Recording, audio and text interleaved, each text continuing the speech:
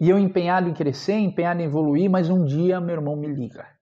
Rodrigo, eu estou trabalhando em uma empresa que o pessoal vende pelo telefone, falando alô, um determinado produto. O que você acha disso? As oportunidades vão aparecer.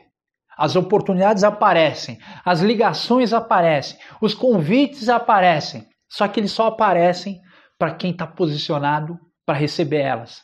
E eu, naquele momento que o meu irmão me ligou, eu estava totalmente preparado e tinha uma situação que poderia mudar as nossas vidas. Agora, como que poderia mudar as nossas vidas? Existia uma proposta, uma oportunidade de a gente começar uma empresa junto, de a gente começar um negócio juntos. E foi isso que a gente decidiu.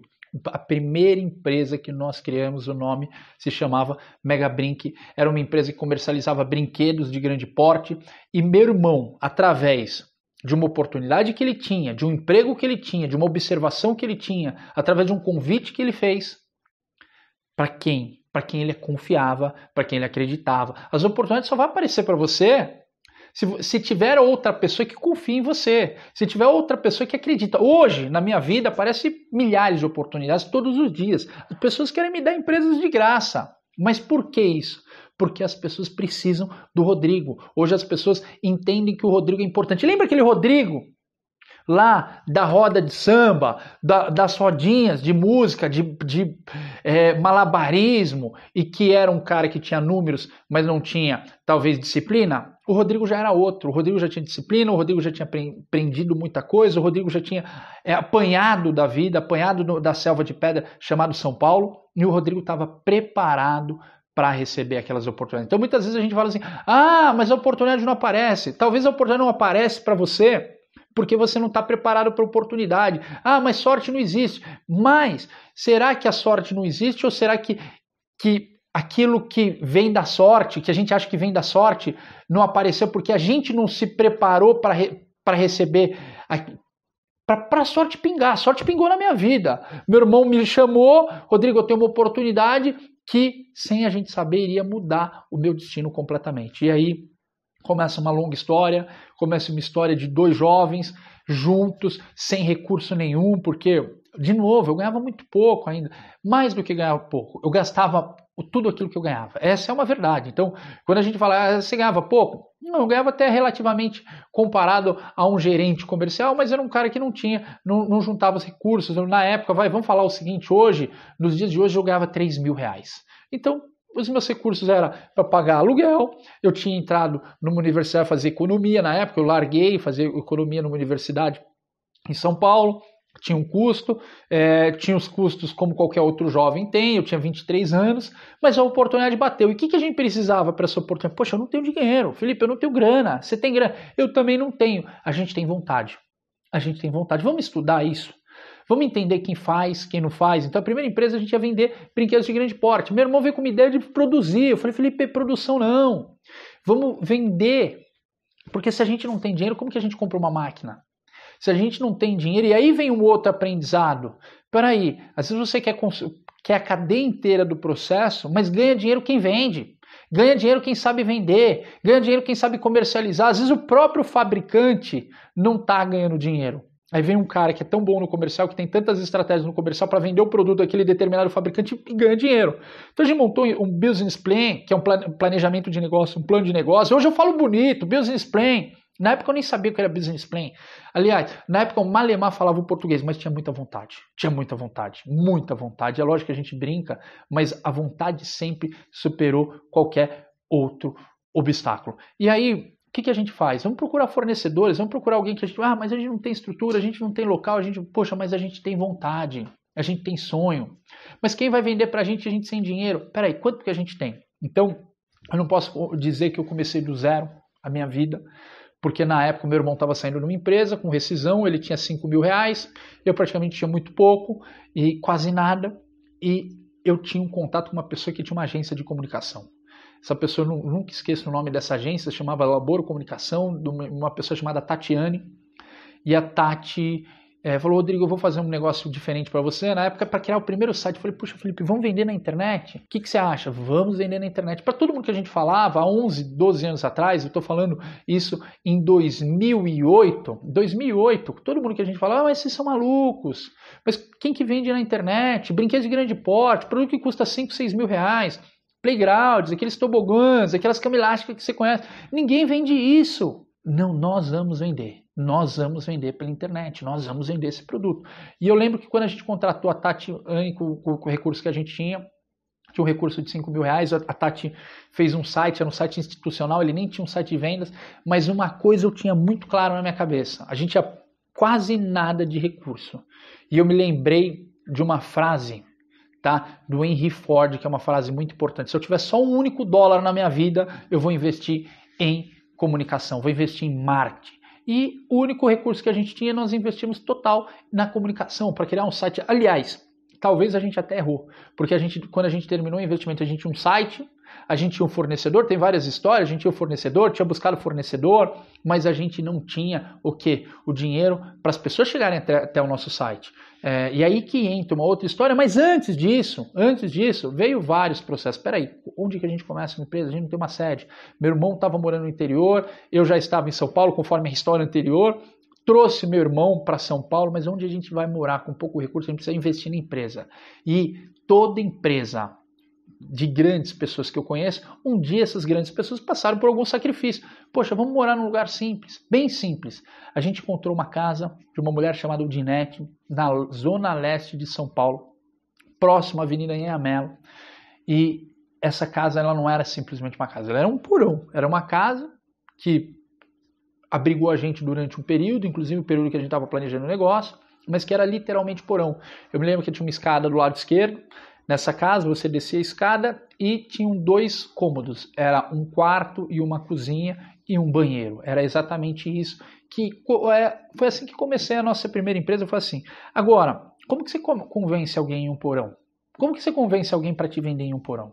Esse era o mais difícil, e eu confesso para vocês que eu me lembro na época que meu irmão falou, poxa, mas ele não tem dinheiro, cara, para comprar. Eu falei, cara, eu vou convencer alguém a vender a prazo pra gente.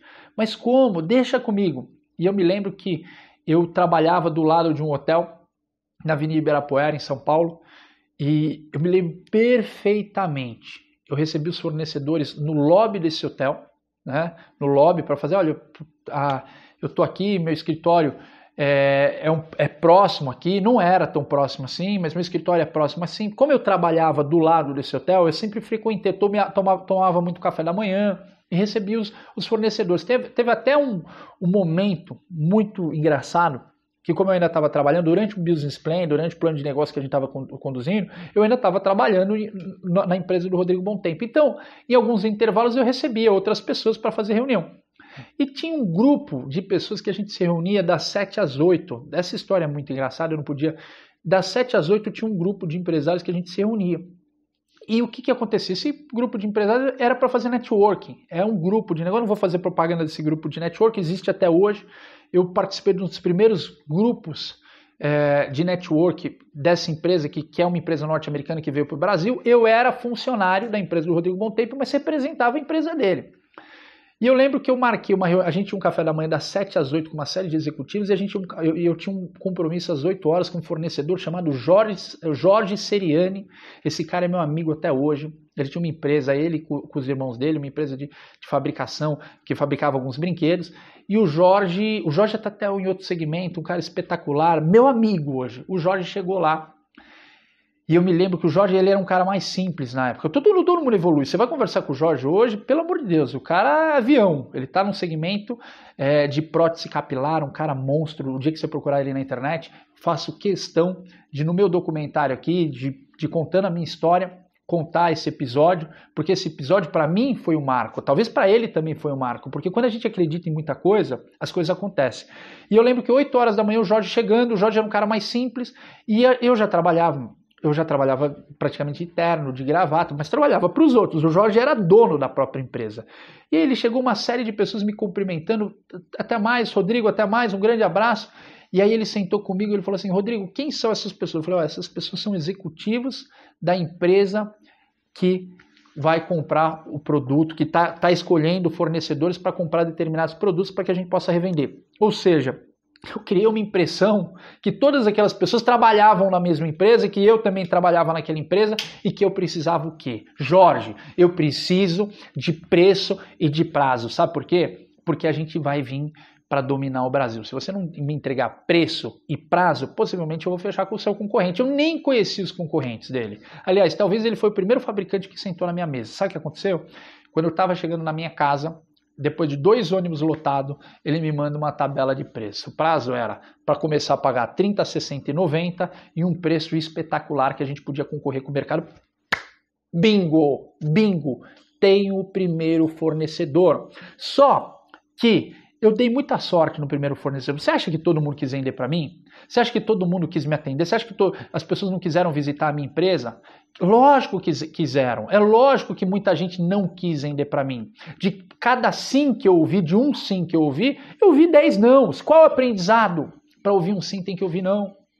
Para ouvir um sim tem que ouvir não. Então eu ouvi muitos nãos. Mas com os poucos fornecedores que eu tinha capacidade de começar uma empresa. E aí eu saí de verdade da empresa onde eu trabalhava, fomos literalmente para o porão, a gente dormia lá no porão e jogamos essa empresa na internet, pegamos um cartãozinho de crédito que meu irmão tinha, que era com pouco recurso, investimos em publicidade no Google e colocamos lá que a gente vendia um determinado produto. Mais do que isso, tudo que eu olhava quando essa empresa chamada Laboro estava construindo nosso site, né? Nem existe mais essa empresa, não precisa procurar, porque você pode procurar a minha empresa, depois você vai... É lógico que eu não estou aqui para fazer publicidade, estou aqui para falar da minha história, mas todas as vezes que eu ligava, eu falei, cara, vocês precisam fazer isso, vocês precisam colocar isso. E eu acho que a gente foi muito assertivo em algumas estratégias, foi muito assertivo na estratégia de querer trabalhar. Eu percebia que o cliente tinha que me enxergar como grande. Poxa, se eu já estou numa desvantagem, em um porão, eu preciso passar a percepção para o cliente que eu sou grande. Que mal tem eu passar a percepção que eu sou grande? Eu quero entregar o produto, o cliente vai comprar, o cliente vai receber o produto na casa dele. Agora, isso é uma estratégia de venda. A gente criou várias estratégias na época. A gente criou a primeira estratégia que eu nunca esqueço, foi atendimento 24 horas no nosso site. A gente colocava lá atendimento 24 horas, para quê? Porque a pessoa que entrava lá falava, nossa, às vezes ele estava até ligando na hora comercial, nossa, eles atendem 24 horas, olha o tamanho dessa empresa, qualquer problema que eu precisar eles vão atender. E realmente a gente atendia 24 horas. Não era, a gente tinha, no quarto a gente tinha uma beliche, eu dormia em cima, meu irmão dormia embaixo, e o telefone tocava no telefone por IP, nem internet a gente tinha aquele modemzinho das operadoras que você vê hoje em dia, pendurado com cabinho na janela, pendurado, mas o mais curioso é que a gente tinha um modemzinho, atendia 24 horas, o telefone de vez em quando tocava de madrugada, a gente tinha que correr para atender, mas a gente estava extremamente motivado, a gente estava começando alguma coisa que era nossa. A gente estava começando uma história que podia ser a oportunidade de mudar a vida de toda a minha família. Eram 2 jovens, eu 23 anos de idade, o Felipe com 20 anos de idade, 20 para 21, começando uma história de uma empresa e passava todo o filme, tudo aquilo, tudo da onde a gente tinha vindo, a trajetória junto com a nossa família, a nossa história e literalmente passava um filme quando a gente abriu a primeira empresa. E mais do que isso, eu sempre falei para as pessoas, quer ser grande, copie o grande. Copie o grande naquilo que você pode. Eu me lembro que mais do que o atendimento 24 horas, era só nós dois, era a oportunidade da minha vida. As pessoas falam o seguinte, Rodrigo, eu trabalho muito para os outros, eu trabalho até 8 horas da noite, a hora que eu tiver a minha empresa eu vou trabalhar menos. Espera aí. Quando você tiver a sua empresa, você vai trabalhar menos? Agora que o negócio é seu? Agora que a empresa é sua? Eu não. Eu vou fazer por merecer. E a gente fez por merecer durante muito tempo. A gente colocava publicidade, os clientes nos ligavam. Eu lembro que o atendimento nosso era central de atendimento Megabrink. A gente copiava até o atendimento. Eu dava número de protocolo para o cliente ligava, olha, seu João, como o senhor foi atendido por mim, eu gostaria que o senhor anotasse o número de protocolo, caso o senhor queira comprar o produto novamente, queira falar comigo, o senhor já tem um protocolo que dentro da central de atendimento vai ser transferido para mim. Eu era um eterno vendedor, tudo aquilo que eu aprendi na rua, tudo aquilo que eu aprendi com pasta, tudo aquilo que eu aprendi batendo de porta a porta, vendendo consórcio, vendendo equipamento odontológico, vendendo clínica odontológica também depois, não a clínica em si, mas vendendo tratamentos odontológicos para que os pacientes fossem. Eu sempre fui um cara muito da rua, eu sempre fui um cara muito do PAP, eu sempre fui um cara muito do dia a dia da venda. Então tudo aquilo que eu aprendi, eu usei, definitivamente usei. E eu nunca esqueço que foi muito rápido as coisas começaram a acontecer, logo a gente já não estava dando conta, eu lembro que era uma loucura, porque a gente passava mais tempo controlando as pessoas, por exemplo, o gerente do banco queria visitar a nossa sede, a nossa sede estava praticamente dentro do buraco, o gerente do banco queria visitar a nossa sede, a gente não podia receber, porque senão toda aquela pompa de, a gente está abrindo uma grande empresa ia cair por terra.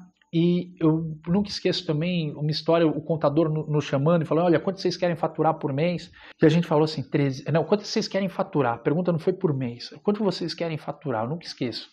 E a gente quer faturar 300 mil. E aí esse cara sentou com a gente e ele deu uma baita de uma lição na gente.